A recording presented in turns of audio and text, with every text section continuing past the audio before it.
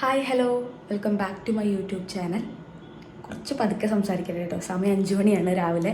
അപ്പോൾ കുറേ നാളുകൾക്ക് ശേഷം നമ്മൾ അടുത്തൊരു വീഡിയോ ആയിട്ട് വന്നിരിക്കുകയാണ്. കുറേ നാൾ എന്ന് പറയുമ്പോൾ ഏകദേശം ഒരു 3 മാസത്തിലധികമായി നമ്മൾ വീഡിയോ ഇട്ടിട്ട്. അതിനിടയിൽ കുറച്ച് സംഭവ വികാസങ്ങളൊക്കെ നടന്നിട്ടുണ്ട്. അതെന്തായാലും ഞാൻ വീഡിയോയിൽ വഴിയെ പറയാം കേട്ടോ. അപ്പോൾ ഇന്ന് നമ്മൾ പതിവ് പോലെ തന്നെ ഒരു യാത്ര പോവാണ്. സാധാരണ യാത്ര പോകാന്ന് പറയുമ്പോൾ നമ്മൾ ജീൻസും ടീഷർട്ടും അതുപോലെ ഈ കുളിയൊന്നും പതിവില്ലാത്തതാണ് ഇത്ര രാവിലെ. പക്ഷെ ഇന്ന് നമ്മൾ കണ്ണൂരുള്ള പറശ്ശിനിക്കടവിലേക്കാണ് പോകുന്നത്. അപ്പോൾ അമ്പലത്തിലേക്ക് ആയതുകൊണ്ട് വേഷമൊക്കെ ഇങ്ങനെ ആയതാണ് കേട്ടോ. അപ്പോൾ ഇന്നത്തെ യാത്രയ്ക്ക് ഒരു പ്രത്യേകത കൂടെ ഉണ്ട്. ഇന്ന് ഞാനും ഏട്ടനും ഒറ്റയ്ക്കല്ല, ഏട്ടൻ്റെ അച്ഛനും അമ്മയും കൂടെ ഉണ്ട്. അപ്പോൾ അമ്മ കുറേ നാളായി പറശ്ശിനിക്കടവ് കാണണം, അവിടെ പോകണം എന്നൊക്കെ പറയുന്നു. അപ്പോൾ നമ്മൾ കാർ എടുത്ത അന്ന് മുതൽ നമ്മളിങ്ങനെ പോകണം എന്ന് വിചാരിച്ച് വെച്ചതാണ്. ഇപ്പോഴാണ് ഒരു അവസരം കിട്ടിയത്. ഞാനിപ്പോൾ ഉള്ളത് എൻ്റെ വീട്ടിലാണ്, വളാഞ്ചേരി. അപ്പോൾ അവരവിടുന്ന് പോന്നിരിക്കുന്നു ഓൾറെഡി പട്ടാമ്പിയിൽ നിന്ന്, അച്ഛനും അമ്മയും ഏട്ടനും കൂടെ. അപ്പോൾ ഞാൻ ഇവിടുന്ന് ജോയിൻ ചെയ്യുക. അപ്പോൾ ഞാൻ എന്തായാലും വഴിയിലെ കാഴ്ചകളൊക്കെ കാണാം. അങ്ങനെ കുറച്ച് വെളിച്ചമൊക്കെ വീണു തുടങ്ങിയപ്പോൾ തന്നെ ഞാൻ വീഡിയോ ഒക്കെ എടുക്കുന്നുണ്ടായിരുന്നു കേട്ടോ. നമ്മളെ പുതിയ റോഡിൻ്റെ പുതിയ NH-ൻ്റെ ഭംഗിയൊക്കെ ആസ്വദിച്ചിട്ട് ഇങ്ങനെ പോവുകയാണ്.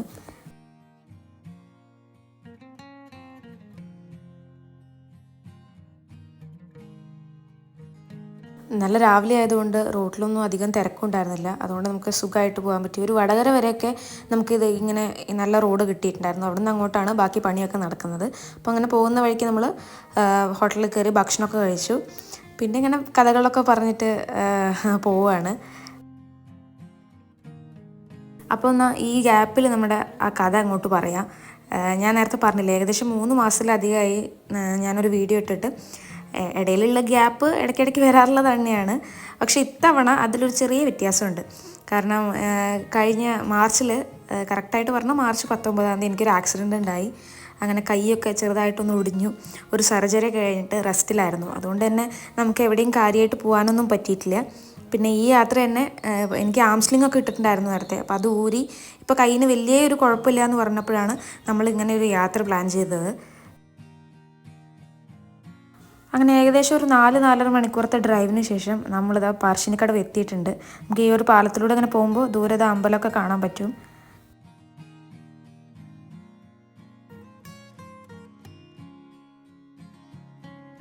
അങ്ങനെ നമ്മൾ കാറൊക്കെ പാർക്ക് ചെയ്ത് നടന്ന് അമ്പലത്തിൻ്റെ അടുത്തേക്ക് എത്തിയിരിക്കുകയാണ്. നമുക്കിതാ 2 സൈഡിലും കാണാം ഒരുപാട് കടകളും, അതുപോലെ നമുക്ക് താമസിക്കണമെങ്കിൽ റൂംസും കാര്യങ്ങളൊക്കെ ഇവിടെ ഉണ്ട് കേട്ടോ. അങ്ങനെ അകത്തേക്ക് കിടക്കുമ്പോൾ നമ്മൾ കാണുന്നത് അവിടെ കുഞ്ഞുങ്ങൾക്കൊക്കെ ചോറ് കൊടുക്കുന്ന സ്ഥലവും അതുപോലെ തന്നെ ഇവിടുത്തെ പ്രസാദം കൊടുക്കുന്ന സ്ഥലമൊക്കെയാണ്. പിന്നെ ആ ഒരു എൻട്രൻസിൽ തന്നെ നമുക്ക് 2 നായകളുടെ പിച്ചളയിലുള്ള പ്രതിമകൾ കാണാം. അപ്പോൾ മുത്തപ്പൻ്റെ വാഹനം എന്നറിയപ്പെടുന്ന, മുത്തപ്പൻ്റെ കൂടെ എപ്പോഴും മുത്തപ്പനെ അനുഗമിക്കുന്നതെന്ന് പറയുന്ന ഒരു മൃഗമാണ് നായ എന്നുള്ളത്. അതുകൊണ്ട് തന്നെ ഈ പരിസരങ്ങളിലൊക്കെ നായകളെ നമ്മൾ ഒരുപാട് കാണും. എല്ലാവർക്കും അറിയുന്നുണ്ടാവും, വളപട്ടണം നദിയുടെ തീരത്താണ് നമ്മുടെ ഈ മുത്തപ്പൻ്റെ അമ്പലം ഉള്ളത്. അപ്പോൾ നമ്മളങ്ങനെ കാലൊക്കെ കഴുകി മടപ്പുരയിലേക്ക് കയറിയപ്പോൾ അവിടെ നട അടച്ചിരിക്കുകയായിരുന്നു. അപ്പോൾ പിന്നെ നമ്മൾ പുറത്തേക്ക് ഇറങ്ങി. ഇതാണ് കേട്ടോ ഇവിടുത്തെ ഊട്ടുപുര. ഉച്ചയ്ക്കുള്ള ഭക്ഷണമൊക്കെ നമുക്ക് ഇവിടെ ആയിരിക്കും ഉണ്ടാവുക. അപ്പോൾ നമ്മൾ പുറത്തിറങ്ങി അമ്പലത്തിൻ്റെയൊക്കെ കുറച്ച് ഫോട്ടോസും വീഡിയോസും ഒക്കെ എടുത്തു. വൈകിട്ട് 3 മണിക്കാണ് ഇനി നട തുറക്കുക. അപ്പോൾ നമ്മൾ വിചാരിച്ചു നമ്മൾ എന്തായാലും ഇന്ന് ഇവിടെ സ്റ്റേ ആണ്, തളിപ്പറമ്പ് റൂമൊക്കെ ബുക്ക് ചെയ്തിട്ടുണ്ട്. അപ്പോൾ അവിടെ പോയിട്ട് ലഗേജൊക്കെ വെച്ച് ഒന്ന് ഫ്രഷ് ആയിട്ട് വരാമെന്ന് വിചാരിച്ചു. പിന്നെ ഇവിടെ ബോട്ടിംഗ് സർവീസ് ഉണ്ട്. അപ്പോൾ അത് അന്വേഷിച്ചപ്പോഴും ഇനി വൈകിട്ടാണ് ഉണ്ടാവുക എന്നാണ് പറഞ്ഞത്. അപ്പോൾ നേരെ പോയിട്ട് പ്രസാദം കഴിച്ചു. ഞാൻ മെയിൻലി വന്നത് ഇവിടുത്തെ ഈ പ്രസാദം കഴിക്കാനാണ് കേട്ടോ. ഞാൻ മുന്നേ ഒരു വട്ടം, അതായത് ചെറുപ്പത്തിൽ വന്നിട്ട് ഇവിടുന്ന് ഇത് കഴിച്ചിട്ടുണ്ട്. പുഴുങ്ങിയ പയറും തേങ്ങാപ്പൂളും അതുപോലെ തന്നെ ചായയാണ് നമുക്ക് കിട്ടുക. അപ്പോൾ അത് കഴിച്ച് അവിടെ നിന്ന് ഇറങ്ങി.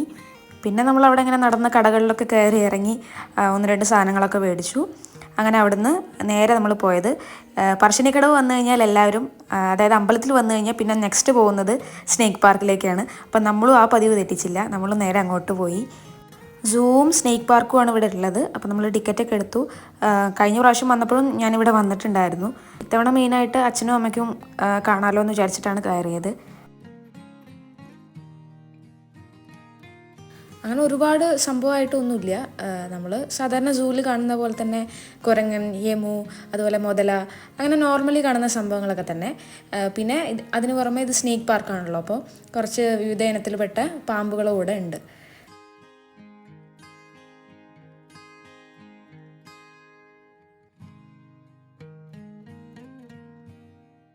എനിക്ക് അത്ര താല്പര്യമില്ലാത്തൊരു ഏരിയയാണ് കേട്ടോ അത്. എനിക്ക് ഇങ്ങനെ പാമ്പുകളെ കാണുമ്പോൾ ഒരു വല്ലാത്ത ഫീലിംഗാണ്.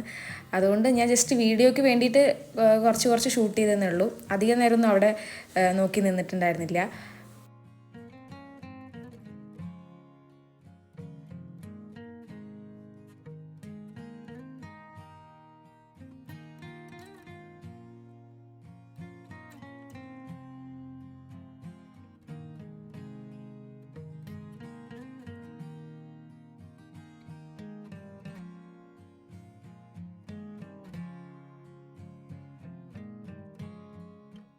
അങ്ങനെ കുറച്ച് നേരം അവിടെയൊക്കെ ചുറ്റിക്കറങ്ങി നടന്നിട്ട് ഓരോ ഐസ്ക്രീമും കഴിച്ചിട്ട് നമ്മൾ നേരെ റൂമിലേക്ക് പോകാണ് ഉണ്ടായത്.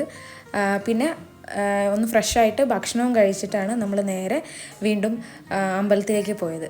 നമ്മളവിടെ എത്തിയ സമയത്ത് അവിടെ വെള്ളാട്ടം എന്ന് പറയുന്ന മുത്തപ്പൻ്റെ തെയ്യം ഉണ്ടായിരുന്നു. ഒരുവിധം എല്ലാ ദിവസങ്ങളിലും വഴിപാടായിട്ട് ഇവിടെ തെയ്യം ഉണ്ടാവുമെന്നാണ് അറിയാൻ കഴിഞ്ഞത്. 2 തരത്തിലുള്ള തെയ്യമാണ് ഇവിടെ ഉണ്ടാവാറ്. ഒന്ന് തിരുവപ്പന, 2 വെള്ളാട്ടം. ഇതിൽ തിരുവപ്പന എന്ന് പറയുന്ന തെയ്യം കാണണമെങ്കിൽ നമ്മൾ രാവിലെയാണ് വരേണ്ടത്. അത് രാവിലെയാണ് ഉണ്ടാവുക എന്നാണ് അറിയാൻ കഴിഞ്ഞത്. അത്യാവശ്യം നല്ല തിരക്കുണ്ടായിരുന്നു തെയ്യം കാണാനായിട്ട്. ഒരുപാട് ആളുകൾ വന്നിട്ടുണ്ടായിരുന്നു. നമ്മളൊരു സൈഡിലൊക്കെ പോയി നിന്ന് കുറച്ച് കാണുകയൊക്കെ ഉണ്ടായി. തെയ്യം കഴിഞ്ഞതിന് ശേഷം ആളുകളൊക്കെ മുത്തപ്പൻ്റെ അടുത്ത് ചെന്ന് അനുഗ്രഹമൊക്കെ മേടിക്കുന്നുണ്ടായിരുന്നു. അത് കഴിഞ്ഞിട്ട് നമ്മൾ നേരെ ബോട്ടിങ്ങിനാണ് പോയത്. നമ്മുടെ ഗവൺമെൻറ്റിൻ്റെ, അതായത് ജലഗതാഗത വകുപ്പിൻ്റെ കീഴിലുള്ള ബോട്ടുകളുണ്ട്, അതുപോലെ തന്നെ പ്രൈവറ്റ് ബോട്ടുകളും ഉണ്ടായിരുന്നു. നമ്മൾ ഗവൺമെൻറ് ബോട്ടിലായിരുന്നു കയറിയിട്ടുണ്ടായിരുന്നത്. ഒരാൾക്ക് 40 രൂപയായിരുന്നു ചാർജ്. അത് നമ്മൾ ബോട്ടിനകത്ത് കയറിയിട്ടാണ് കൊടുക്കേണ്ടത്. ഇതിൻ്റെ മുകൾ ഭാഗത്തും സീറ്റിംഗ് ഒക്കെ ഉണ്ട് കേട്ടോ. അവിടെ നമുക്ക് ഒരാൾക്ക് 50 രൂപയാണ് ചാർജ്. നല്ല രസമുള്ളൊരു ബോട്ട് യാത്രയായിരുന്നു കേട്ടോ. നമ്മൾ 4 പേരും നന്നായിട്ട് എൻജോയ് ചെയ്തു. ഏകദേശം ഒരു 20 മിനിറ്റായിരുന്നു അതിൻ്റെ ഒരു സമയം. നമ്മൾ മടപ്പുരയിൽ ഇങ്ങനെ തെയ്യമൊക്കെ കണ്ടുകൊണ്ട് നിൽക്കുമ്പോൾ ഞാനും ഏട്ടനും കൂടെ അങ്ങനെ സംസാരിക്കുകയായിരുന്നു.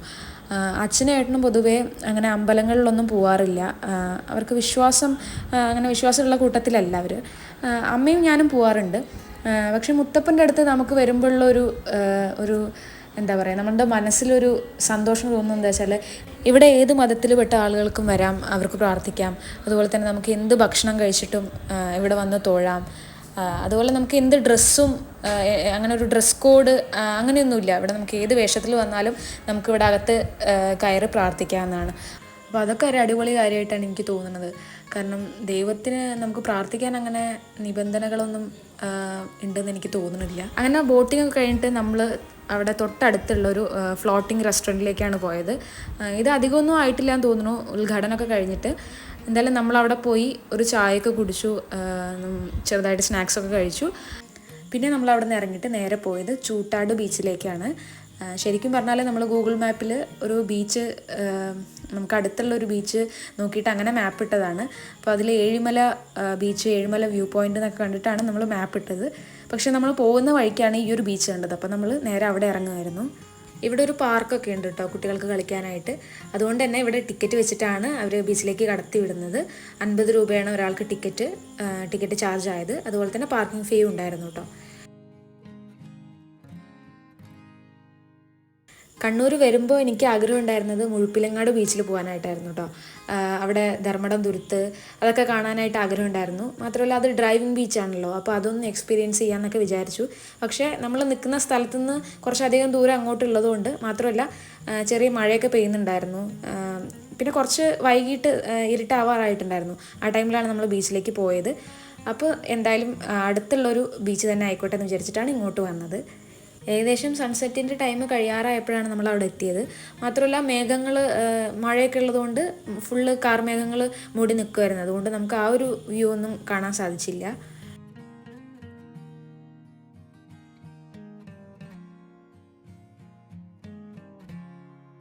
കടലും കായലും കൂടെ ചേരുന്ന ഒരു ഭാഗമാണിത്. ഇവിടെ എന്തൊക്കെയോ പണിയൊക്കെ നടക്കുന്നുണ്ട്. എനിക്ക് തോന്നുന്നു ചിലപ്പോൾ അവിടേക്കൊരു വാക്ക് വേ പോലെയൊക്കെ അവർ ഉണ്ടാക്കാൻ വേണ്ടിയിട്ടായിരിക്കും. അതുകൊണ്ട് അവിടെ പണിയൊക്കെ നടക്കുമായിരുന്നു. എന്നാലും നമ്മൾ കുറച്ച് ദൂരം മുന്നോട്ട് തന്നെ പോയിട്ടുണ്ടായിരുന്നു. അങ്ങനെ നമ്മൾ അതിൻ്റെ ഒരു അറ്റത്ത് പോയി നിന്ന് കാഴ്ചകളൊക്കെ ആസ്വദിച്ചു. കടൽ നമുക്ക് എത്ര കണ്ടാലും മതിയാവാത്ത ഒന്നാണല്ലോ. അതുകൊണ്ട് തന്നെ കുറച്ചധികം സമയം നമ്മൾ അവിടെ സ്പെൻഡ് ചെയ്തു.